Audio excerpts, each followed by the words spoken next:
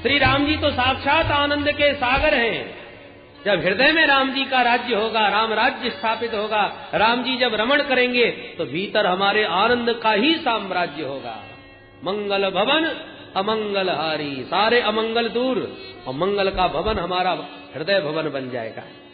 परंतु एक जब तक शरीर है तब तक प्रारब्ध के अनुसार दैहिक दैविक भौतिक ताप जीव को प्रभावित करते ही रहते हैं। परंतु यदि भीतर राम जी का आनंद विराजमान है, राम जी रमण कर रहे हैं, तो जो दैहिक दैविक भौतिक ताप की आग में हम जो तप रहे हैं, उस संताप को दूर करने के लिए सीता मैया शीतल छाह बन करके सिर पर अपना कृपामय वरद हस्त रख देंगी। तो ऊपर से किशोरी जी का कृपामय वरद हस्त होगा तो त्रिताप की ज्वाला भी शांत हो जाएगी। भाई धूप पड़ रही है तो धूप को तो हम शांत नहीं कर सकते, पर छाता तो लगा सकते हैं, और छाता लग गया तो धूप शांत कम तो हो सकती है। तो त्रिताप जो जीव को सता रहे हैं उसको शीतल करने के लिए तो किशोरी जी की कृपा की छांव होगी, और भीतर हमारे राम जी के आनंद सिंधु बन करके राम जी रमण करेंगे तो भीतर भी आनंद और बाहर भी शीतलता, और जीव शाश्वत शांति और शाश्वत सुख को प्राप्त करने में आज भी समर्थ हो सकता है। बोल सीताराम जी महाराज की जय। आइए एक बार ऐसे युगल सरकार चारों भाइयों के चरणों में प्रणाम करते हुए राम जी महाराज का सम्मिल करके स्तवन करेंगे, उसके बाद आगे की चर्चा। श्री रामचंद्र कृपालु भज मन हरण भव भय दारुणम्। श्री रामचंद्र कृपालु भज मन हरण भव भय दारुणम्। नव कंज लोचन कंज मुख कर कंज पद कंजारुणम्। नव कंज लोचन कंज मुख कर कंज पद कंजारुणम्।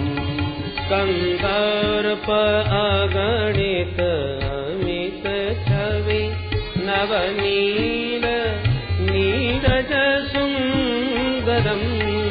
कंदर्प अगणित अमित छवि नवनील नीरज सुंदरम्। मटपीत मानहु तड़ित रुचि सुचिनौमि जनक सुतावरम्।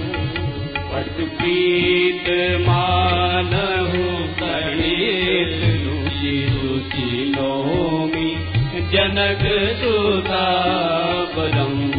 भजो दीन बंधु दीनेश दानव दैत्य वंश निकंदनम्। भजो दीन बंधु दीनेश दानव दैत्य वंश निकंदनम्। रघुनंदन इति भरत तुलसीदास शंकर शेष मुनि मनरंजनम्। मम हृदय कंज निवास कुरु कामादि फलदल गंजनम्।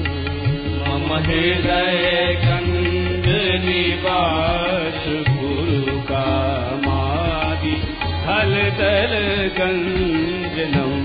श्री रामचंद्र कृपालु भज मन हरण भव भय दारुणम्। श्री रामचंद्र कृपालु भज मन हरण भव भय दारुणम्। श्री राम जय राम। बोल राघवेंद्र सरकार की, अयोध्या धाम की जय। श्री रामभद्र के पाद पद्मों में प्रणाम करते हुए चलिए अब चंद्रवंश की ओर यात्रा प्रारंभ करते हैं। अथात श्रूयताम राजन वंशा सोमस्य पावनः यस्मिन् ऐलादयो भूपा कीर्त्यन्ते पुण्य कीर्तयः। परम पुण्य वंश चंद्रमा का श्रवण करें। भगवान नारायण के नाभि कमल से ब्रह्मा के बेटा अत्रि मुनि, अत्रि के बेटा चंद्रमा, जिनसे चला चंद्रवंश। चंद्रमा के बेटा बुध के बेटा पुरुरवा, जिनका दूसरा नाम ऐल। राजा ऐल का विवाह उर्वशी अप्सरा से हुआ। बेटा हुए 6, आयु, श्रुतायु, सत्यायु, रय, जय और विजय। इन्हीं के प्रतापी वंश में आगे चल के महाराज नहुस का जन्म हुआ। नहुस के भी 6 बेटा, यति, ययाति, संयाति, आयति, वियति और कृति। उसमें सबसे बड़ा बेटा यति ही हो गया। दूसरे नंबर का ययाति महाराज के 2 विवाह हुए, शुक्राचार्य जी की बेटी देवयानी से और बृहस्पति की पुत्री शर्मिष्ठा से। दोनों रानियों से एक से 3, दूसरी से 2 बेटा, माने 5 संतानें हुई। यदु, तुर्वसु, अनु, पुरु, ये 5 संतानों में सबसे बड़े छोटे बेटे का नाम पुरु, जो पिता का अनन्य भक्त था। शुक्राचार्य जी के शाप से जब ययाति बुढ़े हो गए तो वो वृद्धावस्था पुरु ने अपने ऊपर धारण कर ली और अपनी युवावस्था पिता को प्रदान कर दी। इसलिए पुरु को ही चक्रवर्ती सम्राट ययाति ने घोषित किया और बड़े पुत्रों को शापित किया, तुम्हारे वंश में कोई चक्रवर्ती नहीं होगा। परीक्षित पुरु वंश में ही राजा दुष्यंत का जन्म हुआ, जिनके बड़े ही प्रतापी पुत्र भरत हुए, जो बचपन से सिंहों से क्रीड़ा किया करते थे। इस प्रतापी वंश में राजा रंतदेव हुए, जिन्होंने सूखा पड़ जाने पर प्रजा में अपना सर्वस्व खजाना लुटा दिया और 49 दिन तक स्वयं भूखे बैठे रहे। ऐसे प्रतापी पुरुवंश में परीक्षित तुम्हारा भी जन्म हुआ है। तुम पुरुवंशी हो। और पुरु महाराज के जो सबसे बड़े भाई थे यदु, उनसे चला यदुवंश। यदुवंश में गोविंद का प्राकट्य हुआ। यदुवंश में भी बड़े प्रतापी राजा हुए, अजमीड, देवमीड, सूरसेन प्रभृति। महाराज सूरसेन के बेटा हुए आनक दुंदुभी, इन्हीं का नाम वसुदेव। वसुदेव जी की 7 पत्नियां थीं, उनमें सप्तम पत्नी देवकी के गर्भ से 8 संतानें। उसमें 8वें साक्षात भगवान कृष्ण हुए और 9वीं एक बिटिया हुई, जो परीक्षित तुम्हारी दादी मां लगती हैं। नाम है सुभद्रा देवी, भगवान कृष्ण की छोटी बहन। पर भगवान कृष्ण का जन्म तो हुआ था मथुरा में, पर जन्म महोत्सव मना था गोकुल में। 4 वर्ष गोकुल में रहने के बाद वृंदावन धाम आ गए। 6 वर्ष तक वृंदावन धाम में लीला करने के बाद अक्रूर चाचा के साथ मथुरा चले गए। मामा कंस को मार के 14 वर्ष मथुरा में रहे। 25 वर्ष की अवस्था में रणछोर बन करके मथुरा से भागे और द्वारकापुरी बसा करके समुद्र के बीच विराजमान हो गए। द्वारकाधीश बन के 100 वर्षों तक लीला किए और 125 वर्ष की अवस्था में सारी पृथ्वी का भार दूर करके अपनी लीला संवरण करके परम धाम को प्रस्थान कर गए। परीक्षित बोले, महाराज हो गई कृष्ण कथा? सुखदेव जी बोले, पूरी तो सुना जी। परीक्षित तो बेचारे घबराए गए। मैं कब से जिज्ञासु बना बैठा था कि कब कृष्ण कथा प्रारंभ हो, और महाराज जी तो 1 मिनट में पूरी चटपट कर गए। परीक्षित ने तुरंत हाथ जोड़ के प्रश्न किया और यहीं से भागवत का 10वां स्कंध प्रारंभ होता है। कथितो वंश विस्तारो भवता सोम सूर्ययो राज्ञां चोभयवंश्यानां चरितं परमाद्भुतम् यदोश्च धर्मशीलस्य नितरां मुनिसत्तमा तत्रांसेनावतीर्णस्य विष्णोर्यवीर्याणि संसनः। परीक्षित ने तुरंत प्रश्न किया, भगवान आपने मुझे सूर्य वंश की वंशावली और चंद्र वंश के राजाओं की गाथा तो बहुत लंबी चौड़ी सुनाई, उसके वो हुए, उसके वो हुए, तमाम सूर्य चंद्र वंश की परंपरा आपने लंबी चौड़ी गिनाई सुनाई, परंतु जब मेरे प्यारे प्रभु की चर्चा आई तब इतनी जल्दी चटपट कैसे कर गए आप, जिनके लिए मैं कितना उतावला बैठा हूं। मैं जानना चाहता हूं कि परम धर्मशील महाराज यदु के वंश में मेरे प्रभु का प्राकट्य अपने अंशों के साथ कैसे हुआ। मैं ये भी जानना चाहता हूं महाराज, जिज्ञासाएं तो बहुत हैं। मैं जानता हूं कि श्री कृष्ण कथा भवरोग की मीठी दवा है। दवाइयां कई प्रकार की होती हैं, एलोपैथिक का भरोसा नहीं, कब कौन सी दूसरी बीमारी पैदा कर दे। आयुर्वेदिक है तो बहुत बढ़िया, पर मुंह बहुत कड़वा कर देती है। और सबसे बढ़िया मीठी दवा है होम्योपैथिक, 2-2 गोली 2-2 घंटे में चूसते जाओ, मुंह मीठा होता जाए, बीमारी जड़ से मिटती जाए। तो ऐसे ही कृष्ण कथा की जो औषधि है वो भवरोग की मीठी दवा है। योगाभ्यास करते करते थोड़ी गड़बड़ हो गई तो गिर भी सकते हैं। ज्ञान में ज्ञानाभिमान का डर है, पर भक्ति रस जो है वो इतना मीठा है, ये होम्योपैथिक दवा है। मीठी मीठी दवा, गोविंद के चरण कमलों का ध्यान करते जाओ, उनकी रूप सुधा का पान करते जाओ, और जन्म मरण की बीमारी, भवरोग की बीमारी जड़ से मिटाते जाओ। निवर्ततरसैरुपगीयमानात् भवौ सदा श्रोत्र मनोभिरामा। ये दवा भी कोई ऐसे वैसे वैद्य ने नहीं बनाई। निवर्ततरसई, परम निवृत्ति परायण परमहंसाचार सुखदेव जी के द्वारा बनी हुई ये मीठी दवा है। श्रोत्र मनोभिरामात, सुनने में बड़ी मीठी, और भवौषधात्, भवरोग क्या है? पुनरपि जननम पुनरपि मरण। ये जन्म मरण रूपी भवरोग है, इसको मिटाने की बहुत मीठी दवा सुखदेव जैसे परमहंसों के द्वारा बनाई हुई है। और ऐसी मीठी दवा को भला कौन पीना नहीं चाहेगा? जन्म मरण का भयंकर रोग सता रहा है, मीठी दवा भी संतों ने बना दी, और फिर भी उस औषधि का पान न करे, मेरी दृष्टि से तो वो सबसे बड़ा आत्मघाती है, कसाई है पूरा। बोलो जय श्री कृष्ण।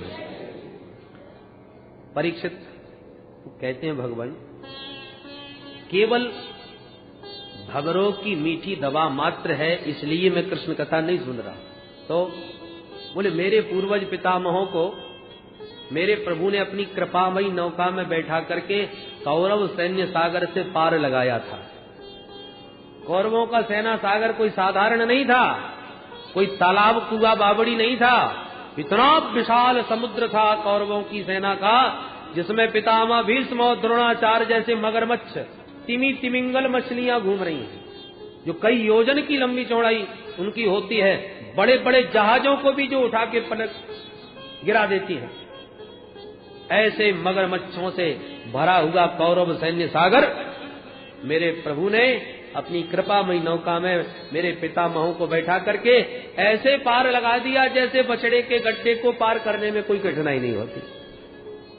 पितामहा में समरे मरंजय देवव्रताद्या तीर्थैस्तिमिंगिलैः दुरत्ययम् कौरव सैन्य सागरम् कृत्वा तरन् वत्सपदम् स्म यत्प्लवा। श्री सुखदेव जी बोले परीक्षित, ये तो तुम्हारे दादाजी का संबंध है, तुम्हारा क्या संबंध? परीक्षित बोले महाराज उन्हीं की कृपा से आज आपके सामने बैठा हूं, नहीं तो जन्म लेने से पहले ही मैं तो मर चुका था। द्रोणाचार्य जी के पुत्र अश्वत्थामा ने ब्रह्मास्त्र का प्रयोग करके मुझे तो मातृ गर्भ में ही नष्ट प्राय कर दिया था, पर मेरे प्रभु सुदर्शन चक्र लेके दौड़े दौड़े आए, मां के गर्भ में मुझे दर्शन दिए और ब्रह्मास्त्र को शांत कर दिए। द्रोण्यस्त विप्लुष्टमिदं मदंगम संतान बीजम कुरु पांडवानां जुगोपकुक्षिं गत आत्तचक्रो मातुश्च मे यह शरणं गताया। ध्यान दें, प्रथम स्कंद में जब चर्चा कर रहे थे श्री सूत जी महाराज परीक्षित के जन्म की, तो उन्होंने कहा गदा लेकर के भगवान गए, और परीक्षित कह रहे हैं भगवान सुदर्शन चक्र लेके आए। तो गदा लेके आए कि सुदर्शन? संत समाधान करते हैं कि लेके तो गदा ही गए थे, पर भगवान ने अपनी गदा को इतनी तीव्र गति से घुमाया कि भोले भाले परीक्षित को लगा जैसे सुदर्शन चक्र नाच रहा है। इसलिए वो कह रहे गत आत्म चक्र। परीक्षित कहते हैं भगवान वो मेरे जीवन दाता है, और जीवन दाता से बड़ा संबंध और क्या हो सकता है? बहुत सारी जिज्ञासाएं मेरे मन में, कहां तक आपसे पूछूं महाराज। मैं जानना चाहता हूं कि मां शब्द में कितना ममत्व होता है, कितना प्यारा शब्द है मां। पर जिसके नाम में ही दो दो मां हो, मामा, तो मामा तो बहुत प्यारे होते हैं, फिर भगवान ने अपने मामा जी को क्यों मार डाला? मैं ये भी जानना चाहता हूं कि श्री दाऊ जी महाराज देवकी मां के सप्तम पुत्र थे और रोहिणी मैया के भी बेटा थे, तो एक दाऊ जी दो दो माताओं के बेटा कैसे हो गए? देखिए महाराज, आप मेरे भूख प्यास की बिल्कुल चिंता न करना। 4 दिन हो गए पर मुझे पता नहीं चला कि कितना समय बीत गया, क्योंकि आपके श्रीमुख से जो भगवत चरित्र प्रवाहित हो रहे हैं, इस चरितामृत को पान करने के बाद भूख प्यास का पता ही नहीं चलता। नहीं साधि दुस्साह क्षणमां त्यक्तो दमपि बाधते पिबंतम सन्मुखाम्भोज श्रुतम हरि कथामृतम। सुखदेव जी गदगद हो गए। नारायण नारायण नारायण नारायण नारायण नारायण राम नारायण नारायण नारायण राम नारायण नारायण नारायण कृष्ण नारायण नारायण नारायण कृष्ण नारायण नारायण नारायण श्रीमन नारायण नारायण नारायण श्रीमन नारायण नारायण नारायण। ओ लक्ष्मी नारायण भगवान की जय। भगवान की मंगलमयी कथा से 3 का कल्याण होता है। किस किस का? वक्तारम प्रक्षकम श्रोत्रीन तत्पाद सलिलम यथा। जो भगवान की मधुर कथा का गान करता है उस वक्ता का परम कल्याण। भगवान के चरित्रों के बारे में जो प्रश्न करता है उस प्रश्नकर्ता का कल्याण। और एक पूछ रहा है, दूसरा बता रहा है, इन दोनों के संवाद को जितने लोग सुनते हैं उन समस्त श्रोताओं का परम कल्याण। इस प्रकार तत्पाद सलिलम यथा, जैसे भगवान शालिग्राम का चरणामृत जो अभिषेक करे ठाकुर जी का, उसका कल्याण। जो भगवान का चरणामृत लेकर के वितरण करे उसका कल्याण। और चरणामृत जितने लोग पिए उन सबका कल्याण। अभिषेक करने वाला एक, बांटने वाला एक, पर पीने वाले अनेक। ऐसी पूछने वाला एक, कहने वाला एक, पर सुनने वाले अनेक। सबका कल्याण होता है भगवान के कथामृत से। इसलिए परीक्षित, ये प्रश्न करके तुमने अपना ही नहीं हमारा भी कल्याण कर दिया। पहला कल्याण तो वक्ता का ही है, वक्तारम। इसलिए सुखदेव जी अब गदगद होकर सुनाते हैं। परीक्षित ध्यान से सुनो। जब इस धरातल पर कंस और जरासंध जैसे तमाम राजा, बड़े बड़े राक्षसी उनके भीतर प्रविष्ट होकर के पापाचरण कराने लगे, तो पृथ्वी पापियों से पीड़ित होकर समस्त देवताओं के साथ मिलकर ब्रह्मा जी के संग भगवान की आराधना करने लगे। सबने प्रभु की आराधना करी तो ब्रह्मा जी के हृदय में प्रभु का आदेश हुआ, और वो आदेश ब्रह्मा जी ने सब देवताओं को सुना दिया। सुनो सुनो, प्रभु की आज्ञा हो गई। क्या आज्ञा हुई है महाराज? बोले वसुदेव गृहे साक्षात भगवान पुरुष परः जनिष्यते तत्प्रियार्थम संभवन्तु सुरस्त्रियः। भगवान वासुदेव का प्राकट्य बहुत जल्दी होने वाला है। कहाँ? बोले वसुदेव जी के घर में। वसुदेव गृहे, वसुदेव जी के घर में आए थे क्या भगवान? वो तो जेल खाने में आए मामा कंस के। तो गृह का मतलब न गृहम गृह मित्याहु गृहिणी गृह मुच्यते। ईंट पत्थरों के मकान को घर नहीं कहते, गृहिणी को घर कहते हैं। वसुदेव गृह माने वसुदेव पत्नियां। वसुदेव की पत्नी देवकी के गर्भ से प्रभु का प्राकट्य होने वाला है, इसलिए तुम लोग भी जल्दी चलो मथुरा मंडल में। मथुरा में आएंगे प्रभु। तो सरकार हम अकेले ही चले? बोले नहीं नहीं, अकेले नहीं। संभवन्तु सुरस्त्रिय, अपनी अपनी देवियों को भी साथ में ले जाओ। ये क्या करेंगी महाराज वहां जाके? ब्रह्मा जी बोले भगवान भी अकेले नहीं आ रहे। जनिष्यते तत्प्रियार्थम, तत्प्रिया श्री राधा, भगवान की आह्लादनी शक्ति राधा रानी भी वृषभानुनंदनी बन के बरसाने में आ रही हैं, इसलिए तुम भी अपनी देवियों को लेके चलो उनकी सेवा करने के लिए। तब तो देवी देवता विमुग्ध हो गए और विविध रूपों में मथुरा मंडल में देवी देवताओं का अवतार होने लगा। मथुरा मोक्षदायिनी परम पावनपुरी, मथुरा भगवान यत्र नित्यम सन्निहितो हरिः। मथुरा में भगवान का नित्य निवास है। बहुत ही धर्मात्मा राजा है यहाँ के, नाम है महाराज उग्रसेन, और इनका बेटा हो गया कंस। कस हिंसायाम धातु से कंस शब्द बना, माने हिंसा में ही जिसकी स्वाभाविक अभिरुचि हो, मार काट झगड़ा जिसे बेहद पसंद हो, वो कंस। इतना क्रूर प्रकृति का कि एक बार तो अपने पिताजी को ही उठा के जेल में पट गया है और मथुरा की गद्दी हठात अपने बस में कर ली, उसका आधिपत्य ग्रहण कर लिया। एक बार इस कंस की दृष्टि अपने चाचा देवक महाराज की बेटी देवकी के ऊपर पड़ी, चचेरी बहन। देखा कि हमारी बहन सयानी हो गई है, तो चलो इसका संबंध किया जाए। तो वसुदेव जी महाराज से संबंध पक्का करे आया। बैंड बाजे के साथ धूमधाम से बारात लेके वसुदेव जी आए, हर्षोल्लास पूर्वक विवाह भी कर दिया। और कंस ने विचार किया आजकल हमारी कुछ छवि बिगड़ रही है, लोग हमें बड़ा क्रूर निर्दयी दुष्ट समझते हैं, इसलिए कुछ ऐसा नाटक किया जाए कि लोग हमको दयालु भी समझें। तो इसने नाटक रचाया। अपनी बहन के विवाह में विदाई करते समय आंखों से आंसू टपकाने लगा। मैं अपनी बहन का रथ स्वयं अपने हाथों से हाँकूंगा। प्रजा देख देख के गदगद हो गई। अरे महाराज को हम जितना क्रूर समझते थे ऐसे नहीं है, हृदय के बड़े कोमल हैं, देखो देखो कितने भावुक हो रहे हैं। और देवताओं की धड़कन तेज हो गई। ये तो बड़ा नाटकी है। प्रजा पर इसने देखो अपना प्रभाव छोड़ ही दिया, लोग इसे सज्जन समझने लगे। और देवकी माँ तो इससे कितनी भावुक होकर के मिल रही हैं। यदि माँ देवकी भी इसके रहस्य को नहीं समझ पाई, इसकी क्रूरता को नहीं समझ पाई, तो देवकी नंदन प्रभु फिर इसे मारेंगे कैसे? ये देवकी माँ का कृपा पात्र बना रहा कंस, तो देवकी नंदन कैसे मार पाएंगे? इसलिए इसका असली चेहरा समाज के सामने प्रकट करना चाहिए।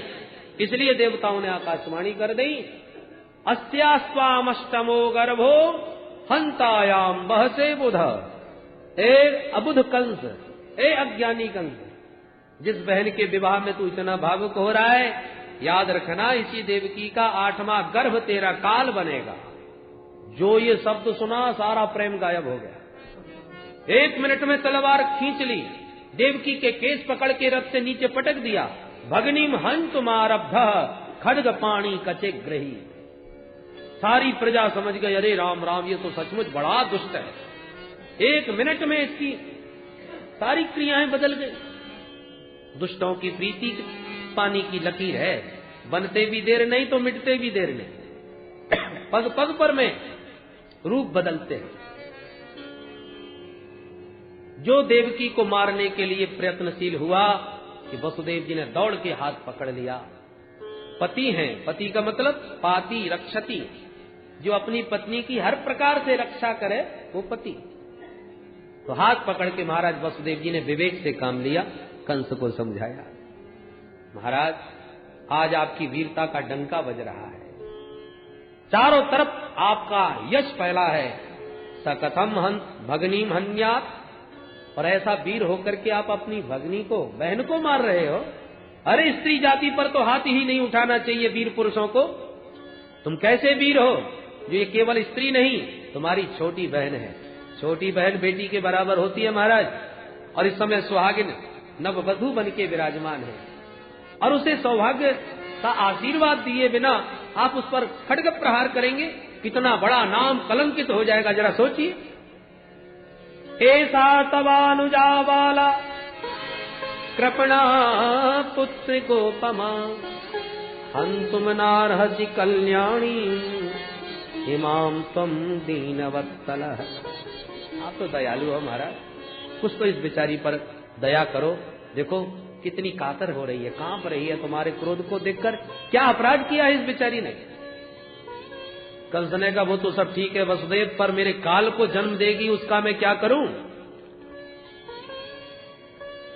वसुदेव जी ने कहा काल तो मृत्यु जो है प्राणी की वो सगी बहन है। जीव जन्म लेता है तो उसके साथ ही मृत्यु का जन्म होता है। कब कहां कैसे मरना है सब सुनिश्चित है महाराज। मृत्युर्जन्मवतां वीर देहेन सहजायते अद्यवाब्द शतान्ते वा मृत्युर्वै प्राणिनां ध्रुवः। प्रत्येक प्राणी की मृत्यु अटल है, इसे कोई नहीं टाल सकता महाराज। बहुतों ने प्रयत्न किया पर कोई टाल नहीं सका। अतः आप अपनी बहन की मृत्यु का कलंक न लीजिए। कंस ने कहा ये सब बकवास मुझे पसंद नहीं। अब विवेक से काम लिया वसुदेव जी ने कि कुछ करना पड़ेगा और इस समय इस काल को जितना हो सके टालने का प्रयत्न करें।